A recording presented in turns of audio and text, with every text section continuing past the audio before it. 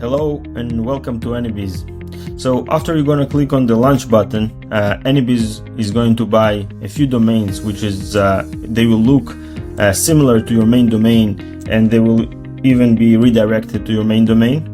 Also, AnyBiz is going to connect some email accounts to these domains, so the system can send emails to your potential prospects. A few more things that are gonna happen when you fill out the onboarding questionnaire. Now AnyBiz knows who you want to target. Obviously, you can always change it. You can add more personas as much as you want, unlimited amount of personas from our database, or you can import from a file from LinkedIn search or from your CRM. Also, you can play with the offering of your business and always play with that. You can impact on the messaging.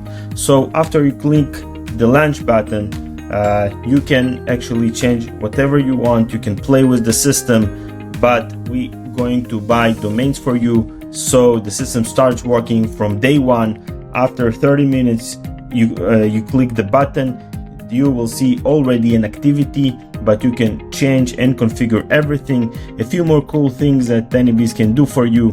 AnyBiz can also detect who visited your website. If you just add a code to your website, we can detect who visited your website and reach out to him as well.